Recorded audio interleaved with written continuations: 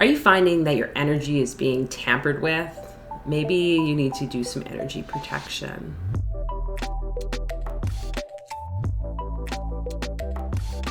Welcome to the channel, everyone. My name's Fola, and here on Deep Mind Squared, we talk all things bridging mental wellness and spirituality for nurses.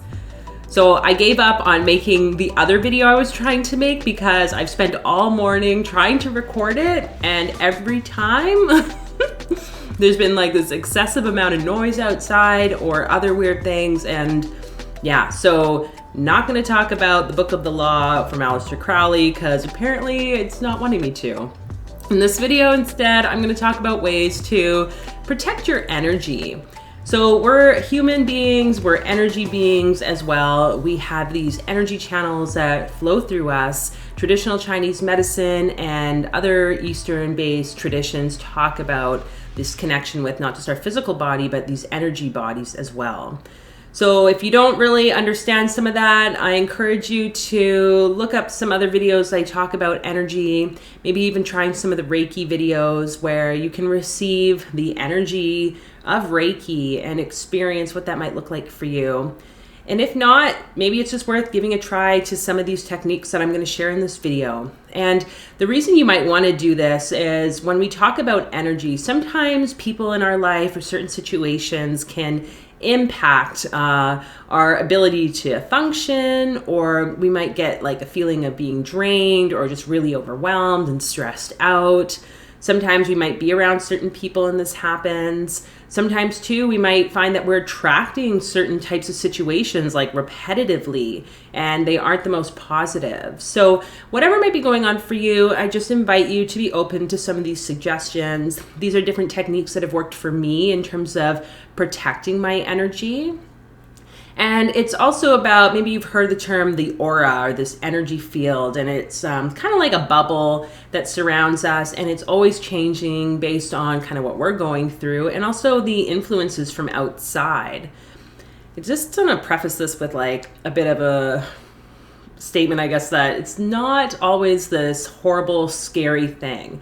I know a lot of people are like, I gotta protect my energy because everyone's gonna do things to me and blah, blah, blah. It's like, I don't really think that's the case.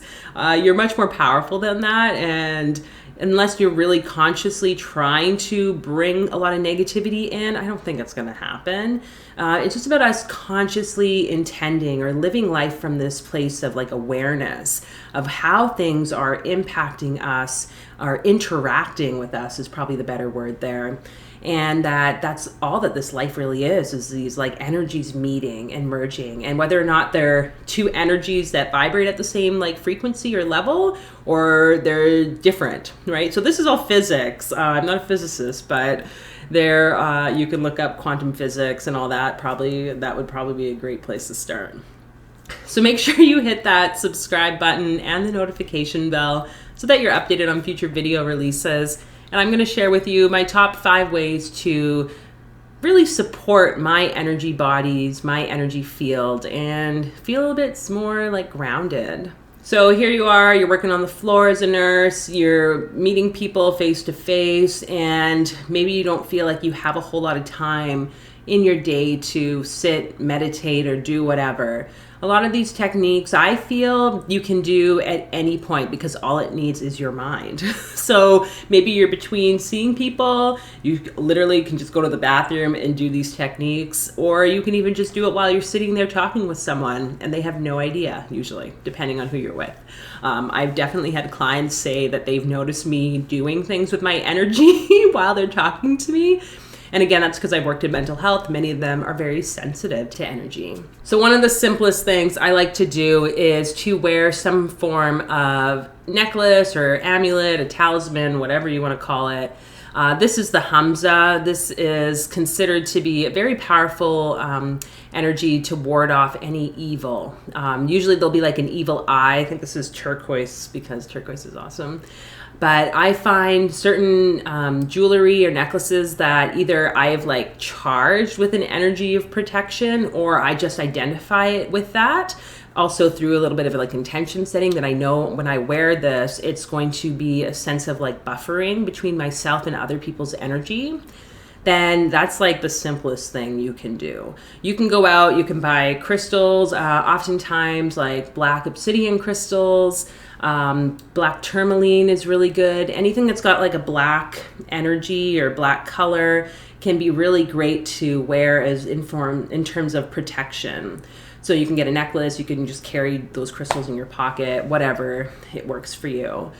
So that's the more physical way to protect your energy, I'd say. And oftentimes people like that because, again, it's something they can see, they can touch it, it's like tangible, it seems more real. And that might be the easiest thing, especially if at the beginning you're not really sure, like, our energy's real?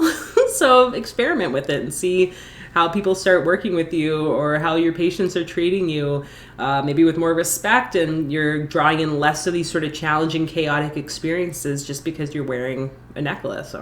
So definitely give that a try. Another technique that many people and I found very helpful and simple is to use prayer or tapping into some of the angelic energies. And I think for myself, this has been one of the easier parts because I grew up praying. That's just something that comes second nature, especially for many of us here in like Western society. Prayer and all that can be quite simple. And so you can pray to whomever, whatever you feel called to. But when you're praying, it's great to set that intention of what you're hoping for. With my daughter, oftentimes I will tell her like, okay, if you're feeling overwhelmed at school or if you're having kind of a negative interaction with someone, call on Archangel Michael. Archangel Michael is that like powerful warrior energy. I always tell her like he's got a sword. I don't know if she loves swords. Like this angel's got a sword. Like just imagine the sword and this angel being next to you, protecting you, that nothing harmful can come into your energy. Prayer is something that we can tap into at any point in our mind, just mentally saying the words that we need to say or verbalizing it out loud. So something that you could also do at any point during your workday. Another technique that I'm going to just start with and then share a bit kind of more advanced practice for those of you that might have a bit more visualization under your belt. This first one is all about that energy bubble. You've probably heard of this, but really, again, it's talking about that auric field, the energy body or energy around our body, where we can imagine just through our closed eyes or open eyes, this bubble surrounding us. So you can take any color that you want, really, if it's going to help you to visualize a color. And imagine a colored bubble just expanding outside of you, maybe 3 to 5 feet around your body. And if you're thinking about this bubble and imagining it, then from there you can also picture things trying to come and penetrate the bubble. And imagine them bouncing off the bubble. So basically what you're trying to build here is this sense that things might be coming at you, but nothing can penetrate your auric field because you're completely surrounded by this beautiful bubble.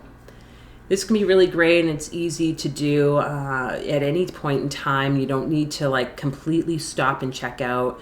I think the more practice you get in terms of visualization, you soon can just do it even while someone's talking to you or even while you're talking. So it's really important though that we practice this. And if it's something you can do like every morning when you're on your way to go out to work or do whatever you're going to do, and make that like a daily practice, I think that's when you're going to really see some results. So to kind of branch into a bit more of a shamanic approach to this bubble, there's one, and I think I've made other videos about this, that whether or not I've shared them publicly though, is this concept that we can create that sense of a bubble using these energy fibers that we have. And so these energy fibers are like these little like energy strands that come out of our belly button, and they help us to like sense energies throughout the day.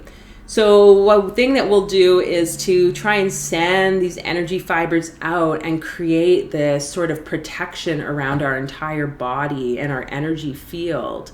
So what I would invite you to do right now is to just imagine right now these energy fibers coming out. I like to think of them as these like tentacly sort of like fibered strands. And they're coming out of your belly button, maybe about 2 to 3 feet in front of you. And then from there, you allow them to cross one over another and then wrap them around. So they're kind of going through this circle around your body and to the back of your body, where then they enter through the back and come back out in front of you through the belly button. So basically it's like kind of transporting itself through your body. And then you can bring it back in front of you a few feet and then just tie them. And eventually, again, you can do this through just visualization instead of, me physically like showing you, like imagine me tying them into like a double knot or a triple knot sometimes is what I like to do.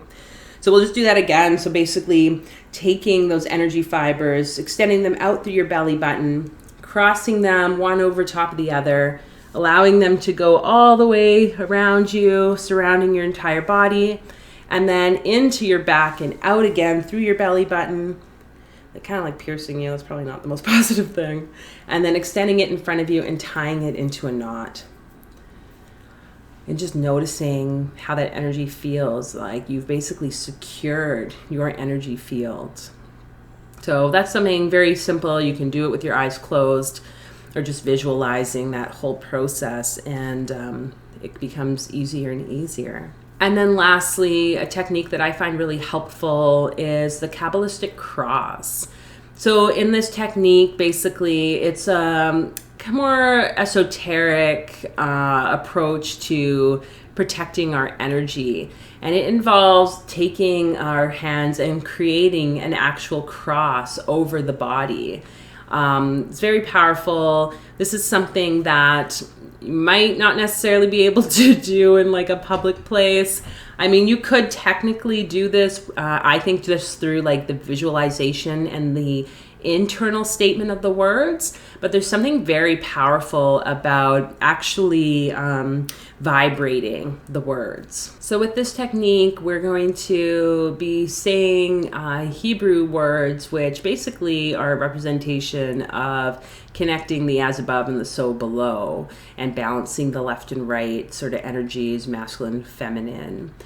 And it's also going to support us to imagine drawing down this like white light into the body, into the points that we're going to touch. Again, being at the third eye, being at the space just below the belly button, kind of at that like pubic space, to the right shoulder, to the left shoulder, and then merging the hands together in prayer position in front of the heart space.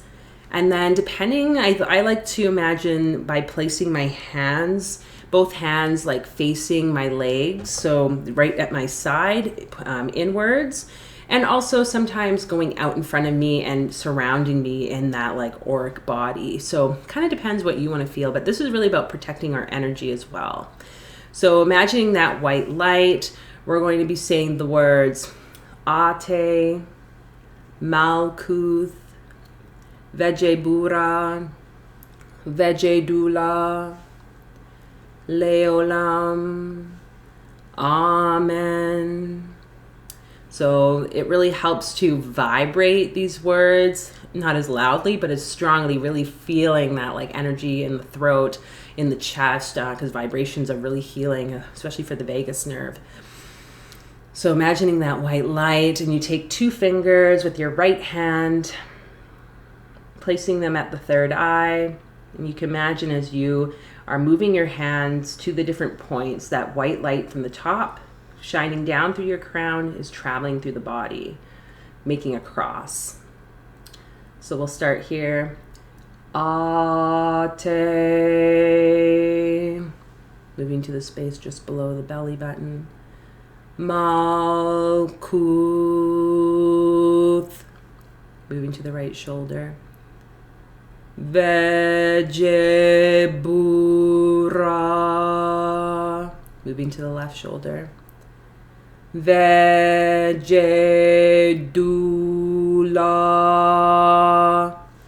placing both hands in prayer position. Leolam, and then both hands at the sides facing inwards. Amen.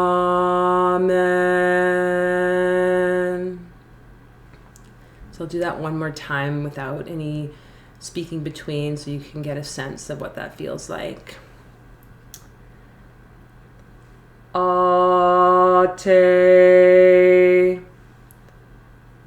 Malkuth, Vejebura,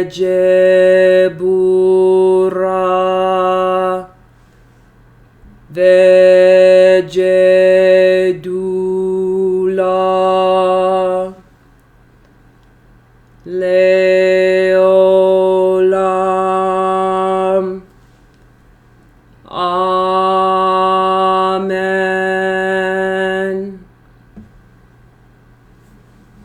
And just feeling that energy and noticing how powerful those vibrations of the words can be.